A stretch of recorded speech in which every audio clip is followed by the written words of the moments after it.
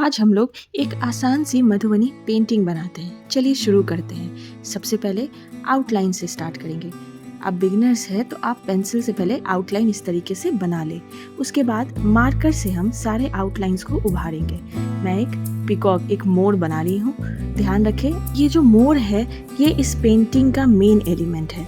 मोर को डेकोरेट करने के बाद हम ऊपर इस तरीके से उसके पंख बनाएंगे। देखिए, इस तरीके से आप फैलाते हुए उसके कुछ पंख बनाएं। देखिए, मोर अलग अलग तरीके से आप बना सकते हैं, ये टोटली आप पे डिपेंड करता है। बहुत अलग अलग डिज़ाइंस हैं। अगले कुछ वीडियोस में हम देखेंगे कि किस तरीके से हम एक ही पैटर्न को, मीन्स एक ही मोटिव्स को, मोर जो है या फिर मछली है, उसको किस तरीके से अलग अलग तरीके से बना सकते हैं। मोर बनाने के बाद हम कुछ फूल बनाएंगे। जो हमारा जो वाइट बैकग्राउंड बच गया है उसमें कुछ फूल और कुछ ब्रांचेस बना रहे हैं। अब इस मोर को डेकोरेट करते हैं। देखिए, इस तरीके से मैं फिर से वही कचनी लाइंस और इस तरीके से हम लोग कुछ फिलर्स पिछले वीडियो में सीखे हैं, उस फिलर्स की मदद से हम मोर के बॉडी को डेकोरेट कर रहे हैं। इस तरीके से कुछ राउंड लाइंस बनाएंगे इस तरीके से।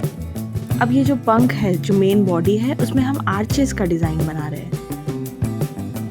इस तरीके से हम आर्चेस बनाएंगे और आर्चेस को अंदर से इस तरीके से डेकोरेट कर रहे हैं।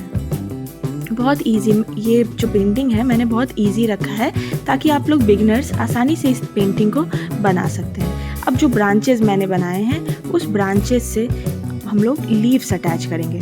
ध्यान रखिए कि लीव्स जो है वो ब्रांचेस से बिल्कुल सटे हुए होने चाहिए। सबसे पहले लीव्स हम लोग ब्रांचेस में बनाएंगे। जो वाइट स्पेस बच रहा है एक्स्ट्रा, उसमें लीव्स नहीं बनाएंगे। सबसे पहले हम लोग ब्रांचेस में बनाएंगे और ब्रांचेस में बनाने के बाद जो एक्स्ट्रा पार्ट बच रहा है, जो भी एक्स्ट्रा पार्ट, वाइट स्पेस जो बच रहा है, तब उसमें हम लोग लीव्स जो है किसी भी डायरेक्शंस में बना सकते हैं। इस तरीके से मैं डॉटेड लाइंस का भी यूज़ कर रही हूँ। उसके बॉडी को डेकोरेट करने के लिए आईज बनाएंगे हम लोग। उसके बाद जो उसके पंख हैं, है ना, उसके ऊपर जो मोर के ऊपर जो उसके सर पे जो हेड पे जो डिज़ाइन होता है उसको मैं डेकोरेट कर रही हूँ कचनी लाइन से। उसके बाद जो उसके पंख हैं उसको हम डेकोरेट करेंगे। आप बहुत सारा अलग अलग फिलर्स जानते हैं, लास्ट वीडियो में मैंने फिलर्स बताया है। तो उस फिलर्स की मदद से आप ईज़िली किसी भी डिज़ाइन को, चाहे वो कोई भी मोर हो, मछली हो, पेड़ हो, आप इस तरीके से उसको अपने अनुसार डेकोरेट कर सकते हैं। इस तरीके से देखिए मैं डेकोरेट कर रही हूँ। क्या आप जानते हैं ये जो लाइंस हम बनाते हैं मधुबनी पेंटिंग में, इसकी हिस्ट्री क्या है? आखिर कहाँ से आई है ये पेंटिंग? ये तो बहुत लोग जानते हैं कि ये इसे मधुबनी आर्ट इसलिए कहते हैं क्योंकि ये मधुबनी डिस्ट्रिक्ट में बनाई गई थी, और इसे मिथिला आर्ट भी कहते हैं क्योंकि बिहार के मिथिला रीजन से इसका ओरिजिन है। बट इसका हिस्ट्री क्या है? कैसे आई ये पेंटिंग और कैसे ये एक गांव की पेंटिंग, एक ट्रेडिशनल पेंटिंग आज एक प्रसिद्ध कला बन गई है? और ना ही सिर्फ कला, इसे जीआई टैग भी दिया गया है। तो क्या आप जानना चाहते हैं इसकी हिस्ट्री?